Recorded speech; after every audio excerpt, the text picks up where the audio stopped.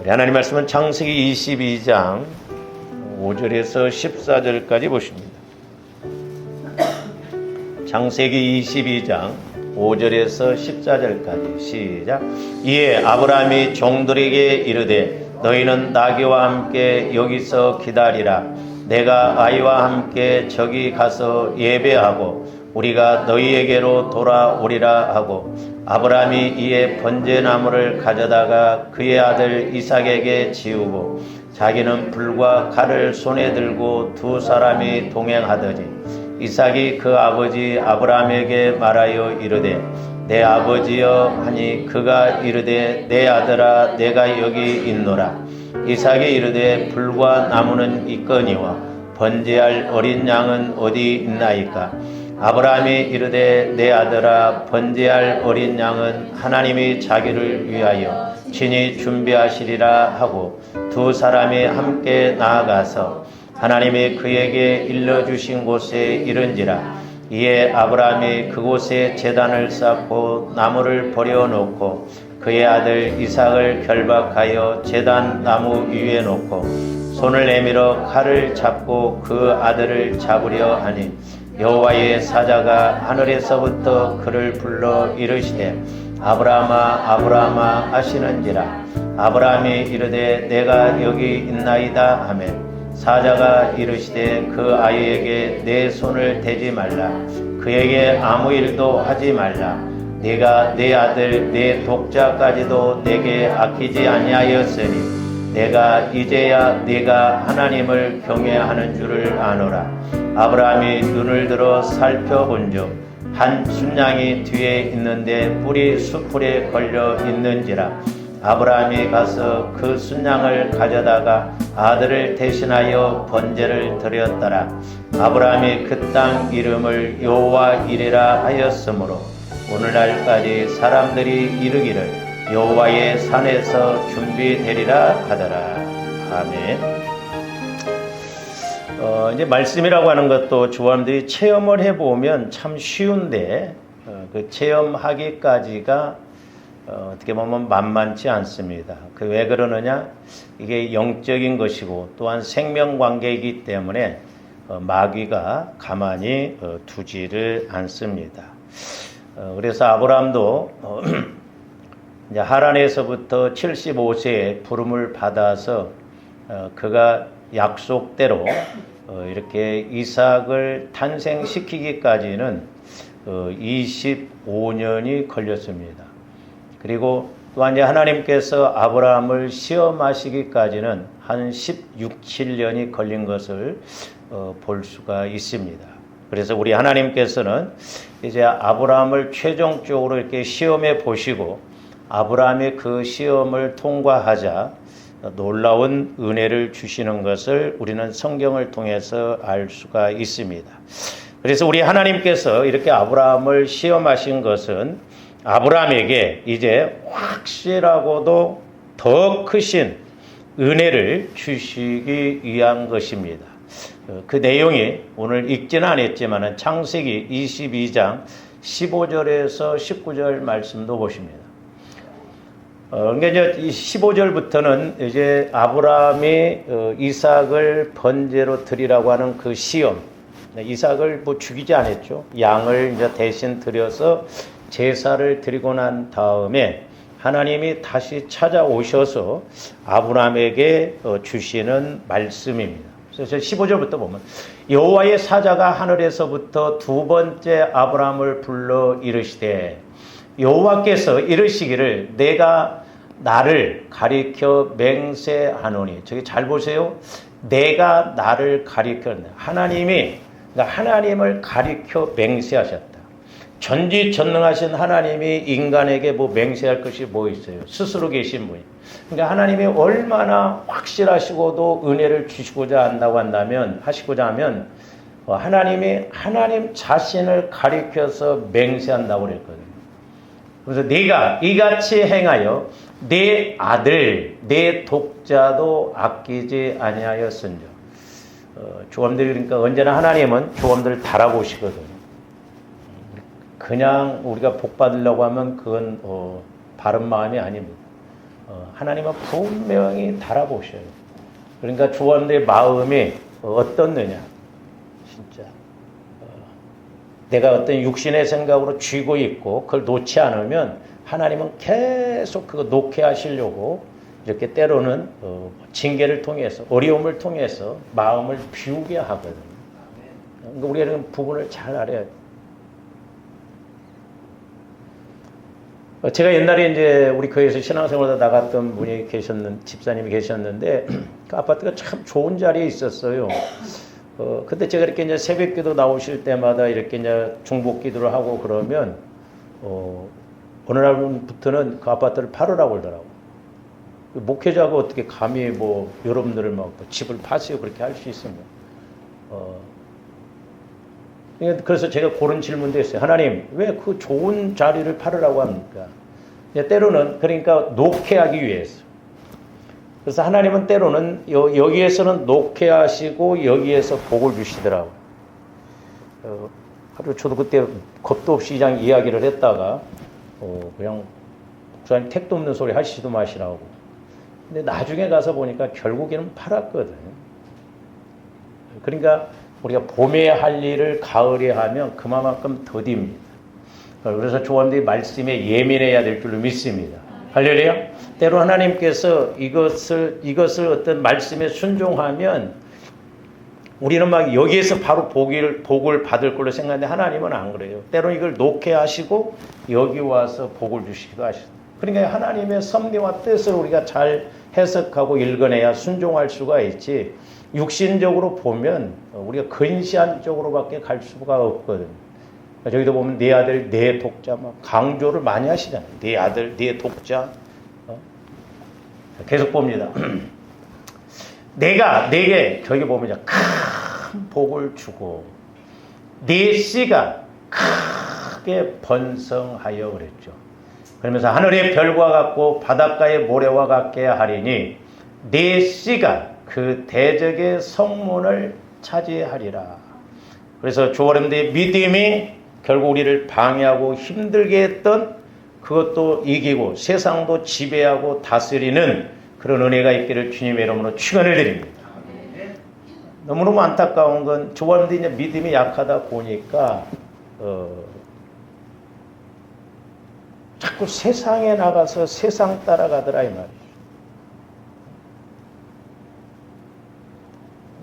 이제 저도 이제 처음에 목회자로서 이렇게 뭐 그런 나중에 뭐 이제 내가 나이 들고 그러면 뭐 이럴까 뭐 딴 생각도 해보고 그랬는데 우리 목사님들이 기초 수급자가 많아요.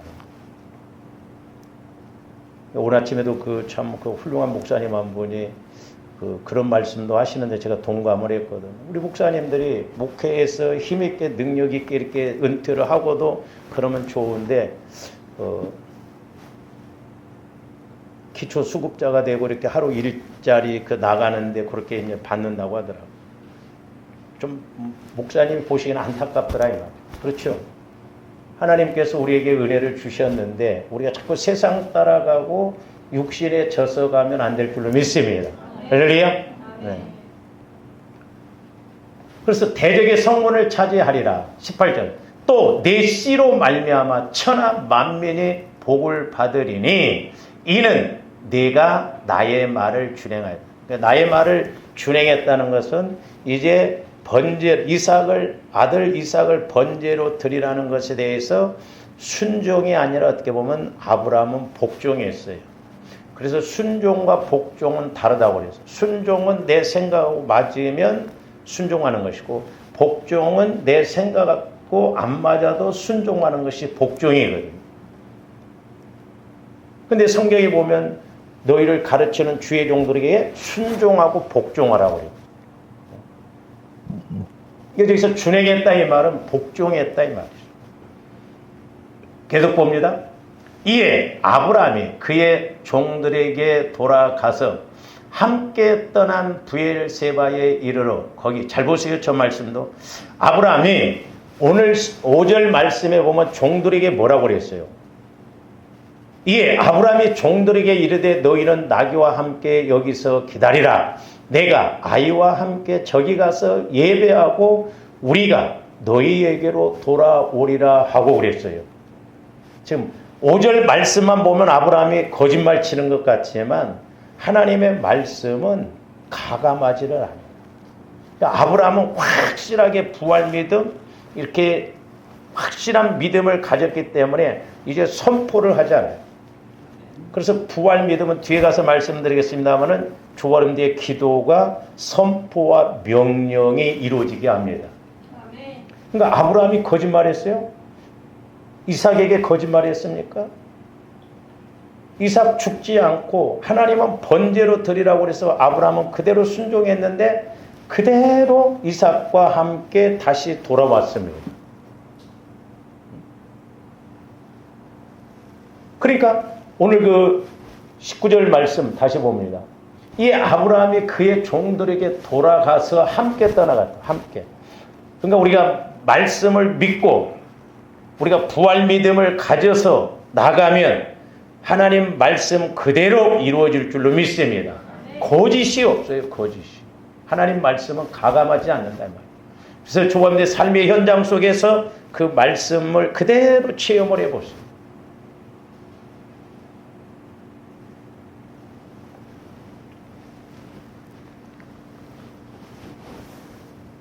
그래서 이렇게 아브라함에게 확실하고도 더 크신 그런 은혜, 복을 주시기 위해서 아브라함을 시험해 보시는 거예요. 그런데 하나님께서는 저와 여러분들에게도 더 크신 은혜와 믿음과 복을 주시기 위해서 분명히 시험하십니다. 그래서 우리가 이것도 구분을 좀 할 줄 알아야 돼요. 성경에 보면 분명히 시험, 고난은 두 가지가 있다고. 하나님이 주시는 고난이 있고 마귀가 주는 고난이 있어요. 이걸 우리가 분별하지 못하면 조금더 헷갈려하고 자꾸 하나님께 원망을 합니다. 저는 개인적으로 하나님이 저와 여러분들한테 이렇게 주시는 고난, 시험은 그렇게 많지 않아요. 몇 번 없습니다. 하나님이 주시는 시험은 어떻게 보면 보여주고 시험을 하시는 것과 맞죠. 왜냐하면 터널에 들어가면 차끝이 보이듯이 하나님이 시험을 주실 때는 소망이 생겨요. 인내가 와집니다. 그런데 저와 여러분들이 겪는 고난 거의 8, 90%는 육신적인 생각으로 또는 상처 쓴 뿌리, 죄성으로 오는 시험들이 많아요. 오해하면 안 됩니다. 가끔 제가 이렇게 상담을 하다 보면 그런 이야기를 하시는 거 집사님 같거든요. 목사님, 저는 남편이 십자가입니다. 그리고 또 믿음 좋은 것처럼 그렇게 어차피 이 땅에서는 고난을 받아야 된다라고 그러지 않습니까? 이 땅에서 고난받다가 천국에 가서 상급 받으면 되지 않을까요? 그건 자기 복음이죠. 무슨 하나님이 조원들에게 원수가 됐다고 평생 고생만 시키십니까? 어느 부모가 자식을 고생스럽게 살아가게 할 부모가 어디가 있어요? 오해하면 안 됩니다. 그렇기 때문에 원인을 잘 찾아야 돼요. 할렐루야. 하나님이 주시는 시험, 하나님이 주시는 고난은 분명히 통과하면 그만큼 은혜가 있고 복이 있는 것을 볼 수가 있는데, 자, 야고보서 1장 2절에서 4절도 봅니다. 내 형제들아, 너희가 여러 가지 시험을 당하거든. 저기서 시험이라는 것은 테스트라는 말이에요. 마귀가 주는 시험은 템프테이션 그럽니다. 고난, 어려움을 자꾸 갖게 하는 거예요. 하나님은 테스트해 보는 거예요. 더 큰 복을 주시게. 그러면 당하거든 온전히 뭐 하라? 기쁘게 여기라. 한번 생각해 보세요. 여러분들이 지금까지 이렇게 물론 하나님이 주시는 시험이 아니죠. 그러니까 기쁨이 없지. 그렇잖아요. 하나님이 주시는 시험이 아니니까 기쁨이 없어. 하나님이 주시는 시험을 영적으로 종합해 본다면 기쁨이 있다니까요. 여러분들이 이제 성령과 인격적인 교제를 나누면서 내게 어떤 이렇게 고난이 왔을 때 이렇게 가보셔요. 분명히 말씀으로 주시든 때로는 꿈으로 환상으로 비유로 주시든 저기 뒤에를 알고 가게끔 해요. 터널 끝을 보게 해요. 저도 그동안 이렇게 목회하면서 하나님께서 이런 물질적인 걸 시험하고 그럴 때 질문해 보면 분명히 메시지를 주셔요. 그래서 순종하고 나가게끔 하게 하시더라고요. 그래서 온전히 기쁘게 여기라. 왜? 이걸 통과하면 하나님이 더 큰 은혜를 주시기 때문에 그렇다. 우리 예수님도 십자가를 짊어지시는 것은 십자가 너머에 있는 그걸 알았기 때문에 기쁨으로 십자가를 짊어지셨다고 말씀하시고 3절 이는 너희 믿음의 시련이 그렇죠. 시련. 그러니까 하나님이 주시는 시험은 시련이라고 하는 말이 맞아요. 테스트해보는 시험. 잠깐 고난 연단이 와죠. 그러면서 뭘 만들어내는 줄 알미라? 인내를 만들어내는 줄 너희가 아니라. 그러니까 조아름들이 이제 시험에 하나님이 시험에 모시면 조아름들 믿음이 본적이 드러나요. 본질이. 우리가 믿음이 없으면 막 원망불평합니다. 원망불평을 해요. 내가 어떻게 신앙생활했는데, 내가 어떻게 기도생활했는데, 내가 어떻게 헌금했는데, 내가 어떻게 봉사했는데 자꾸 이놈의 나서방이는 저는 가끔 두려운 게 그래? 그럼 너하고 나하고 한번 따져볼래? 그럼 우리는 지하 3층에서 벼락 맞아 죽어야 할 상황이에요. 모르니까 그런다 이 말. 어린아이처럼. 우리가 고난 가운데 있다 할지라도 성령의 인도를 받아보면 입이 100개라도 할 말이 없어요. 다 맞는 말씀이에요. 하나님의 조언들 속이면서 시험하십니까? 속이면서 말씀하십니까? 아니에요. 그래서 인내를 만들어낸다. 그래서 이 믿음은 인내 싸움이에요. 인내 싸움. 조금 하고 뭐 이렇게 하나님이 막 핵하다 그렇게 은혜 안 주셔요. 기도도 인내가 필요하고 믿음도 인내가 필요하고 뭐든지 인내가 필요해요. 성경에 보면 그냥 하루아침에 복 주고 쓰임 받는 사람 없어요. 아브라함도 25년 걸렸어요. 모세는 40년 걸렸어요. 요셉은 13년 걸렸어요.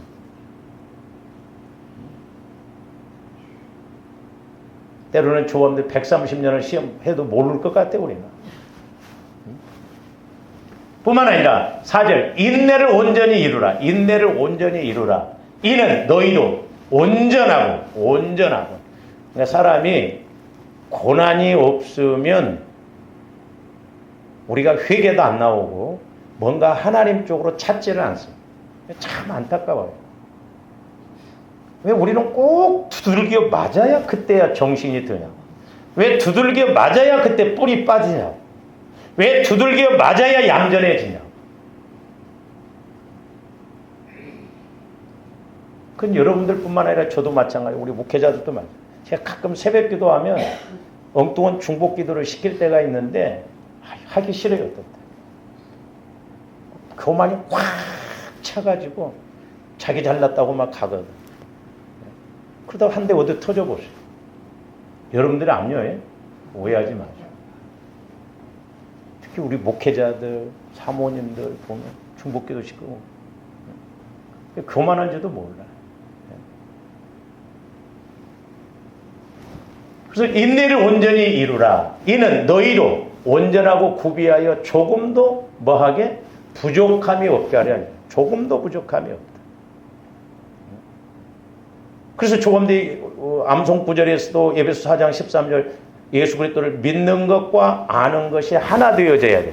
믿는다고 하는데 아는 것이 없으면 안 돼요. 분명히 성령 하나님을 통해서 말씀을 깨닫고 믿으면 거기 아는 것이 따라가져요. 여러분들 예를 들어서 깨달으면 아는 것이 없이 몰라 그냥 아침에 깨달았어. 그럽니까? 아니에요.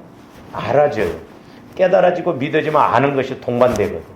그러니까 믿는 것과 아는 것이 하나 되어져서 온전한 사람을 이루어 그랬어요.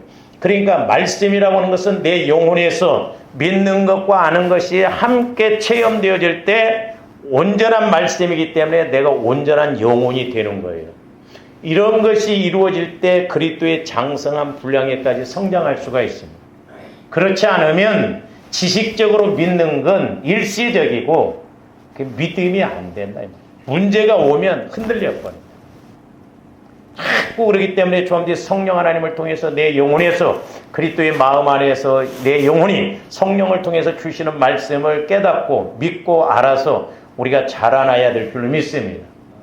그래서 이렇게 때로는 하나님의 조함들을 테스트해본 아브라함도 계속 연단을 시키셨지만 최종적으로 그의 믿음이 성장했을 때 이제 이삭을 번제로 드리라고 하는 그 테스트, 시험을 해보신다. 그리고 하나님이 조함들이 순종 안 할 것 같은데 해보시지 않아요. 마리아도 나이는 어렸지만 그걸 받아들일 수 있기 때문에 하나님이 하셨죠. 마리아가 끝까지 몰라요 해버렸어 봐. 우리 오해하면 안 돼요. 조함들 아무나 시험 안 하신다니까요. 걱정도 하지 마세요. 오해하면 안 돼. 조함들 하나님이 시험하실 만한 그런 단계에 올라갔는가? 저를 비롯해서 말씀드리는 거예요. 그래서 부족함이 없게 한다. 인내를 키우고 그렇게 해서. 뿐만 아니라 12절 말씀도 봅니다. 시험을 참는 자는 복이 있다고 그랬어요. 이는 시련을 견디어낸 자가 주께서 자기를 사랑하는 자들에게, 그러니까 시험도 사랑하시는 사람들을 시험하시는, 이제 통과할 만하고 믿을 만하고. 그러면서 장차 하나님 앞에 가서도 생명의 면류관을 주신다. 생명의 면류관. 조함들이 그래서 하나님이 주시는 시험을 잘 통과하고 나가면 이 땅에서뿐만 아니라 하나님 앞에 가서도 생명의 면류관을 받기를 주님의 이름으로 축원을 드립니다. 어떤 장모처럼 새털 면류관이나 받아들지 마시고 우리는 말씀의 근거에서 생명의 면류관도 받아드는 그런 복된 신앙생활이 되시기를 주님의 이름으로 축원을 드립니다. 그 다음에 베드로전서 1장 5절에서 7절도 봅니다. 너희는 말세에 나타나기로 예비하신 구원을 얻기 위하여 믿음으로 말미암아 하나님의 능력으로 보호하심을 받았다는 거예요. 그러므로 너희가 이제 여러 가지 시험으로 말미암아 잠깐 근심하게 되지 않을 수 없으나, 시험이 올 때 하나님이 주시는 시험 근심이 안 올 수가 없어요. 사람이다 보니까 근심도 와요. 걱정도 옵니다. 그러나 내 영혼에서 말씀을 받고 믿고 나가면 견디고 이기고 나가서, 그래서 그걸 근심하게 되지 않을 수 없으나 오히려 크게 기뻐하는도다. 과연 우리에게는 저런 고백들이 있을까? 네? 목사님, 내가 이런 시험을 받았는데 오히려 더 감사합니다. 기쁩니다. 내가 기도받아야 하는데 그렇잖아요. 내가 이런 고난 어려움이 왔었는데 오히려 기뻐함. 성령께서 이렇게 위로를 주십니다. 얼마나 대단한 믿음. 살겠네 못 살겠네 우리 별소리 다 하잖아. 계속 봅니다. 너희 믿음의 확실함, 조함대 믿음이 좀 확실해야 될 줄로 믿습니다. 불로 연단하여도 없어질 금보다 더 귀하여 예수 그리스도께서 나타나실 때에 칭찬과 영광과 존귀를, 그러니까 우리 예수님 재림하실 때도 영광의 면류관, 조함들 존귀하게 여기신다. 그러니까 조함들이 이런 것을 이 땅에서 체험을 해야지, 체험을 안 해보면 제가 아무리 설교를 해도 여러분들 그냥 귀로만 듣고 끝나버리잖아요. 실제 체험이 있어야 될 줄로 믿습니다. 할렐루야. 그래서 하나님이 주시는 시험은 아브라함뿐만 아니요, 분명히 그 시험 통과하는 것 이상 부활의 믿음, 부활의 그런 복을 주시는 것을 볼 수가 있는데, 그러면 이제 저와 여러분들이 겪는 고난은 대부분 어떤 것이냐 하면, 자, 야고보서 우리가 1장 봤습니다. 1장 13절에서 16절 보세요. 그러니까 여러분들이 야고보서 1장 그 2절부터 이렇게 16절까지 보면 시험이라는 단어가 나오는데 똑같은 말이 아니에요. 자, 사람이 시험을 받을 때에 내가 하나님께 시험을 받는다 하지 말지니, 여러분들이 고난을 받을 때 하나님께 시험 받는다고 함부로 말하면 안 돼요. 그 시험이 뭔가를 알아야 돼요. 제가 말씀드렸잖아요. 나는 우리 남편이 십자가다. 왜 십자가예요, 그게? 우리는 잘못 생각할 때가 많아요. 나는 질병이 십자가입니다. 나는 자식놈이 십자가입니다. 십자가는 남의 죄를 내가 짊어지고 가는 것이 십자가예요. 언제 우리가 남의 죄를 짊어져 봤습니까? 그러면서 내가 잘못해서 받는 고난을 십자가라고 착각을 하고 이 땅에서는 고난받는 것이라고 오해하면 안 돼요. 저런 것들은 마귀가 주는 시험이에요. 시험을 받는다 하지 말지니 하나님은 악에게 시험을 받지도 아니하시고, 그렇죠? 하나님은 악에게 시험을 받지도 아니하시고 그런 시험으로 조함들을 시험하시지 않아요. 저기 보면 친히 아무도 시험하지 아니하시느니라 그랬어요.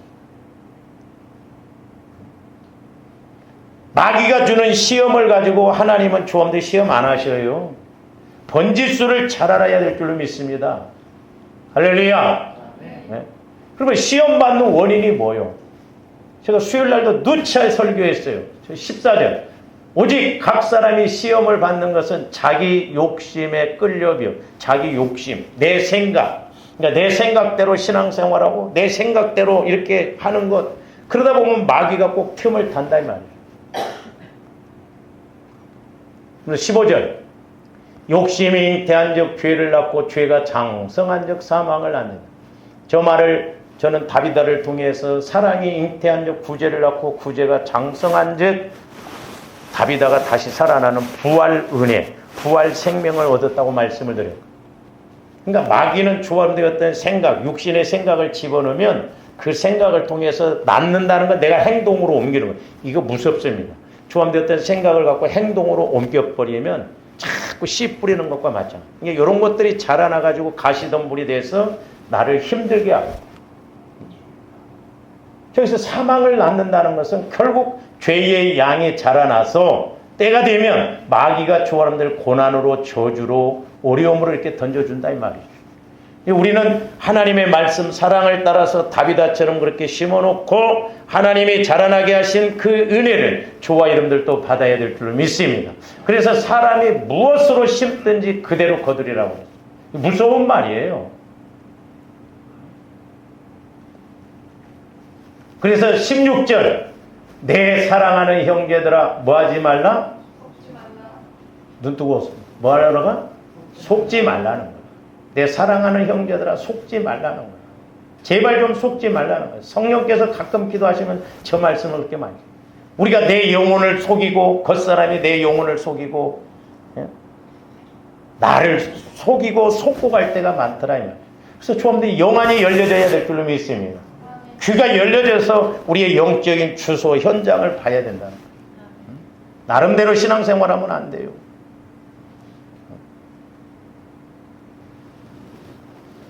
마귀가 주는 시험이 저런 시험이에요. 속으면 안 돼. 그러면 이제 아브라함이 이렇게 믿음으로 절대적으로 순종할 수 있었던 것은 어떤 믿음이었으며 그에게 주시는 복은 무엇이었을까? 저는 이 말씀을 준비하고 상고하면서 크게 세 가지로 이렇게 요약을 해보면 이제 물론 로마서 4장 17절에서 25절 말씀 사도 바울이 아브라함의 믿음에 대해서 정확하게 이렇게 감동을 받아서 기록한 내용입니다만은 먼저 그 말씀을 우리가 상고하기 전에 이 부활 믿음은 크게 한 세 가지로 본다고 한다면 조화님들이 명령 선포 기도가 나옵니다. 아브라함이 그랬잖아요. 그러니까 조화 여러분들이 보세요. 내게 돈이 예를 들어서 100만 원이 있어. 내 지갑에. 근데 나하고 친한 사람이라는데 내가 막 사랑하는 사람이 딱 있으면 여러분들 그 상대편에서 뭐 이렇게 주저주저 하고 막 그럴 때 우리가 뭐라고 했어요? 확실하게 가져오죠. 왜? 있다 이거야. 여기가 없어 봐. 여러분들이 누구 밥을 사주려면 갑시다 해. 밥 먹을래요? 그럼 어떻게 먹을래요? 그렇게 허겄어. 네? 그렇잖아요. 제가 이렇게 캄보디아 이제 신학교 강의를 갔을 때 거기 이제 후임 아들 목사가 이렇게 합니다. 아니 말을 딱 하면 목사님 내가 나이도 많잖아. 선배잖아. 이렇게 물어보면 내가 그게 뭐 먹고 싶네요. 그렇게 이야기를 하겠어. 내 성격에. 그게 내가 살아버려. 차버려. 차라. 그러니까 여러분들도 마찬가지죠. 이것 가질래요? 이것 가지면 주기 싫다 이거예요. 좋은 것은. 그렇잖아. 확실하게 선포. 그러니까 조합들이 말씀을 딱 깨닫고 여기가 있으면 그러니까 우리가 이 믿음 갖고 행동해야 될 줄로 믿습니다. 현장은 현재 없어. 보이지 않는 것 같지만 말씀이 이 안에 있으면 하나님이 하신다는 거예요. 그러니까 이게 어떻게 보면요. 육신적으로 보면 정신 나간 사람들 행동 같아. 왜? 아무것도 없는데 가자는 거예요. 저 집사 미쳤나 봐. 그렇잖아요. 그러니까 믿음이 재산이에요. 믿음이 물질입니다. 할렐루야. 그러니까 조금더 믿음이 있으면 하나님이 일하신다는 거예요. 일하신다. 그래서 이 명령 선포 기도는 재창조적인 능력이에요. 재창조적인. 그러니까 아브라함은 아까 종들에게 너희들 기다려라. 내가 아들과 함께 예배드리고 올 것이다. 지금 하나님의 말씀은 번제로 죽여서 번제로 드리라고 하는데 아브라함은 다시 이삭의 죽어도 살아날 걸 확실하게 믿었기 때문에 선포 명령을 합니다. 그래서 조한디 믿음을 갖고 선포하면 하나님이 일하십니다. 할렐루야. 그러니까 선포를 우리가 자꾸 해야 돼. 잘 될 놈마다, 이 효도할 놈마다, 세계를 지배할 놈마다. 네가 1등 해봐라. 내가 손에 장을 짓는다. 우리나라 말은 너무나 독해요. 병신도 그러면 병신 육가 보고 있네. 뭐. 어쩌면 그렇게 그냥 욕도 비비고 와가지고 네 주제에 네가 뭘 하겠냐. 아이고 믿는 내가 그렇지. 너 같은 걸 따놓고 미역국을 2그릇이나 먹었다. 그러면 나 같은 거 놔놓고 3그릇 먹었대? 그러니까 전부 조합되었는데 말 속에 다 있어요. 해답이. 문제도 말 속에 다 있다. 그러니까 이렇게 명령 선포 기도는 저도 요즘 이제 기도하면서 성령께서 자꾸 이 믿음에 관한 것에 이렇게 말씀을 주시는데, 야, 우리 믿음 없더라. 그냥 이론적으로 지식적으로 그냥 믿는다고 믿는데 실제적으로 안 믿어. 근데 우리가 이 부활 믿음만 가지면 우리가 어마어마한 은혜와 삶을 살아갈 줄로 믿습니다. 할렐루야. 그러니까 우리가 돈이 없으면 믿음이라도, 옆에 사람 좀 보고 돈이 없으면 믿음이라도 키웁시다 해봐. 네? 믿음도 키우기 싫어요? 아니 믿음 키우는데 돈 내놓고 키워요? 네?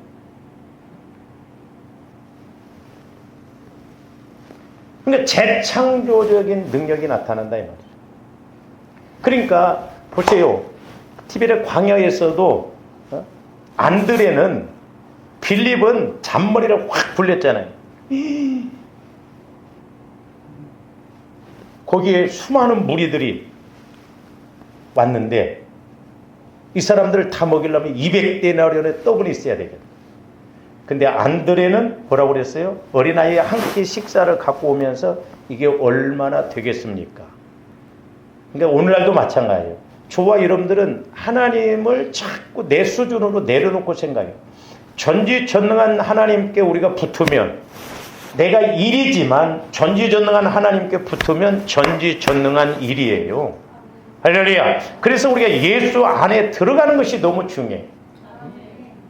제가 예수를 믿고 목회자가 되고 보니까 제가 우리 초등학교 동창들한테서 야, 토끼하고 발맞춘 동네에서 태어난 너와 나 진짜 예수 믿어야 성공하고 예수 믿어야 복을 받겠더라.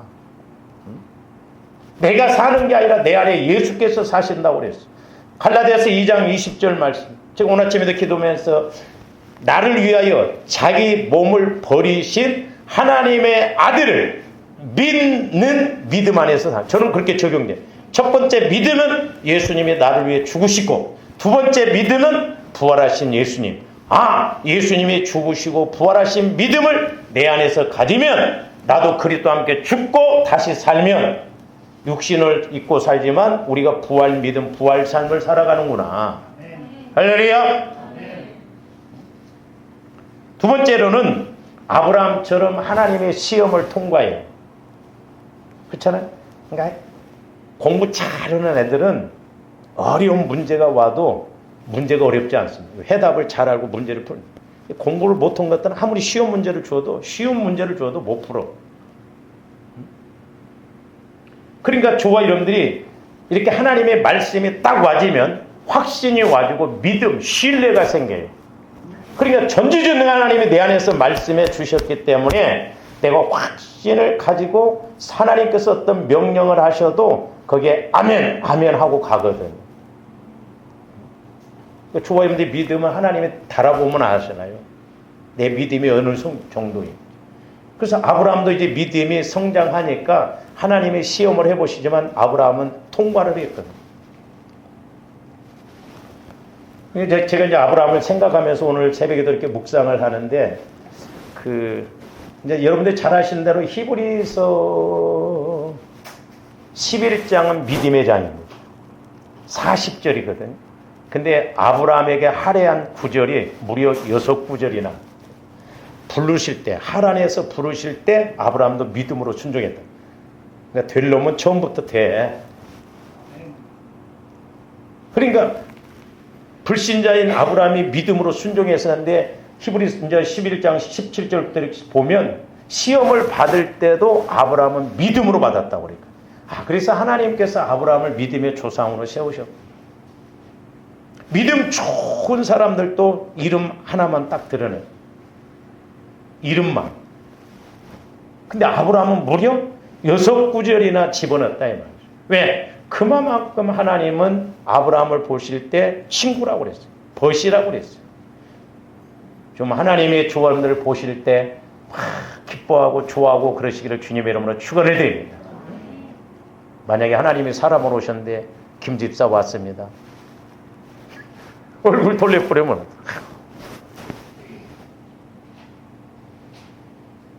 그래서 조언들이 주님 안에, 주님이 내 안에 거하셔서 우리가 좀 확실하게 예수를 믿고 승리하는 저와 여러분들 되시기를 주님의 이름으로 축원을 드립니다.